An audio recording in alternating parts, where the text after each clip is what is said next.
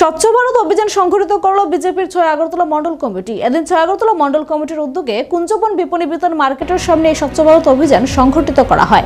অভিযানে উপস্থিত ছিলেন ৬ আগরতলা মন্ডল সভাপতি তপন ভট্টাচার্য, সদর জেলা বিজেপি সভাপতি অসীম ভট্টাচার্য সহ অন্যান্যরা। এই কর্মসূচি প্রসঙ্গে সদর জেলা বিজেপি সভাপতি অসীম ভট্টাচার্য জানান, জাতির জনক মহাত্মা গান্ধী ভারতবর্ষকে একটি স্বচ্ছ দেশ হিসেবে উপহার দেওয়ার স্বপ্ন দেখেছিলেন। বাবুজির এই স্বপ্নকে যদি কেউ সার্থক করার উদ্যোগ গ্রহণ করেন তবে তিনি হলেন দেশের প্রধানমন্ত্রী নরেন্দ্র মোদী। প্রধানমন্ত্রী হিসেবে আসীন হওয়ার পর ২০১৪ সাল থেকে তিনি এই কর্মসূচি শুরু করেন। সবাইকে এই কর্মসূচি পালনের নির্দেশ দেন প্রধানমন্ত্রী। এরই অঙ্গ হিসেবে এদিন ৬ আগরতলা মন্ডলের উদ্যোগে কুঞ্জবন বিপণী বিতান মার্কেটের সামনে এই স্বচ্ছ ভারত অভিযান সংগঠিত করা হচ্ছে বলে জানান তিনি। এই স্বচ্ছ ভারত অভিযানকে কেন্দ্র করে ৬ আগরতলার বিজেপি কর্মী সমর্থকদের উৎসাহ উদ্দীপনা উপস্থিতি ছিল লক্ষণীয়।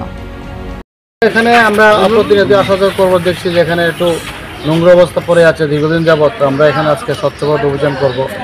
আর অ্যাকচুয়ালি ৬ আগরতলা মন্ডল বরাবরই সামাজিক কাজে যুক্ত।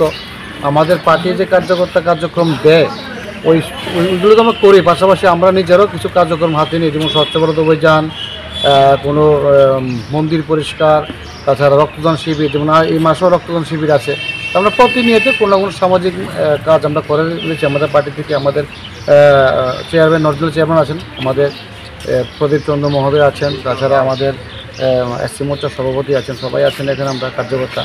তো আজকে এখানে আমরা কুঞ্জবন সেবা সংঘ ক্লাবের সংসদের যে বিপণী বিতান, এখানে দেখছি আমরা ভালো একটা দিন ধরেই খুব নোংরা অবস্থায় আছে। তো আমরা আজকে এখানে স্বচ্ছ ভারত অভিযানের মাধ্যমে আমরা এখানে পরিষ্কার করব।